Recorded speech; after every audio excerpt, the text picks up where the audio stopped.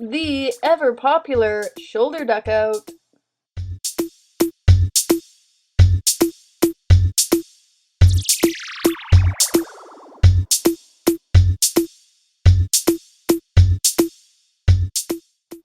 I think I said I'd get around to this about 2 years ago.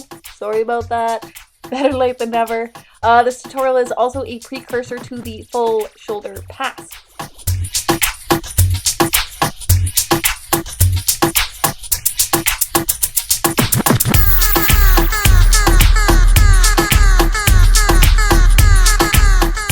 Alrighty, let's start with the left shoulder. Note I'm spinning the hoop counterclockwise or to the left. So the hoop is spinning around your neck, and as the hoop makes contact with the back of your neck and the open part of the hoop is in front of you, twist the top of your body to the right and lean into the hoop, pushing into it with your chest and pulling your shoulder up towards your ear as you do.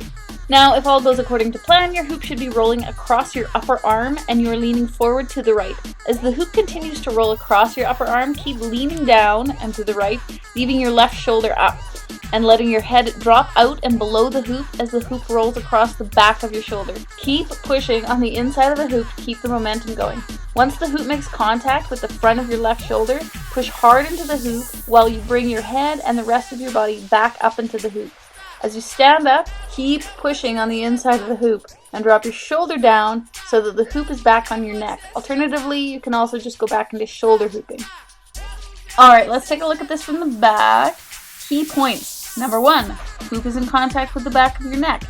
Number 2, left shoulder comes up while right shoulder drops down. Number 3, already leaning to the right.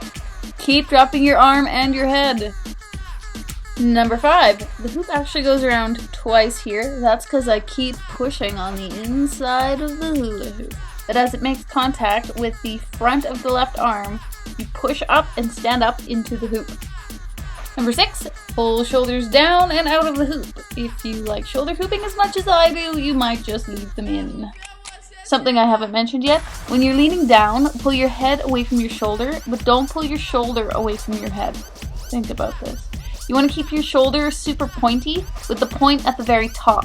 I actually, in fact, bring my left arm down in front of my body rather than having it to the side to increase the pointy factor. Okay, because nobody here wants to be lame and only do this on one shoulder, we're going to learn both! Huzzah! Also, in the next tutorial, we're going to learn to pass it from shoulder to shoulder.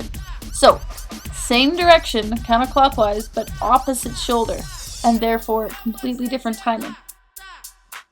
So, the hoop is spinning counterclockwise around your neck. This time, when the hoop is in contact with the front of your neck, lift your right shoulder up towards your ear, and then lean to the left, pushing into the hoop with the back of your shoulder.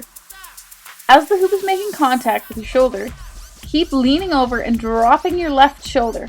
Keep that right shoulder pointy. And did I mention to keep pushing on the inside of the hoop with your shoulder? Keep your left shoulder dropped, dropped, dropped. This keeps your shoulders from being too flat across the top, which makes the hoop fly off. As the hoop rolls across the back of your shoulder, push hard and into the right so that you're standing up into the hoop. Once again, you'll have to pull your shoulders back underneath the hoop unless you'd like to keep shoulder hooping, and really, why wouldn't you? When I'm talking about going back into shoulder hooping in this video, what I really mean is chest hooping, which is where I hoop the most. Let's see this from the back. Take note.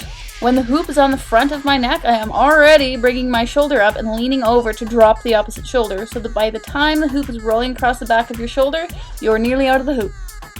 My head is down and away from the hoop, and my shoulders are opposite, with one way up and one way down. You can see that the hoop rolls across the bottom of my shoulder blade and across the top of my arm, not just the tip of my shoulder. The more shoulder you have in the hoop, the better. It's all about the lean, people. It's all about the lean. And if you're worried that you're going to hit yourself in the face, get over it! Accept your fate as a hooper. You are still watching the hoop and not the other blue thing, right? Yay! Vertical shoulder duck out! Which I won't really be going into much detail about, but I did want to mention that the biggest difference between the timing of the left and the right shoulder duck out, horizontal or vertical, is on the left shoulder you're essentially ducking out when the hoop is in front of you. And on the right shoulder, you've got to duck out while the hoop is behind you, where you can't see it. So it's usually a little trickier for most people, because they'll have a tendency to duck out too late, because they want to wait until they can see the hoop. Don't let this be you. Commit to the duck out. Yes, you can do this with a smaller hoop. Yes, you can do this with a bigger hoop. Bigger hoop's gonna be easier. Okay, enough of me talking. You go hoop. Let me know how it goes. I love you.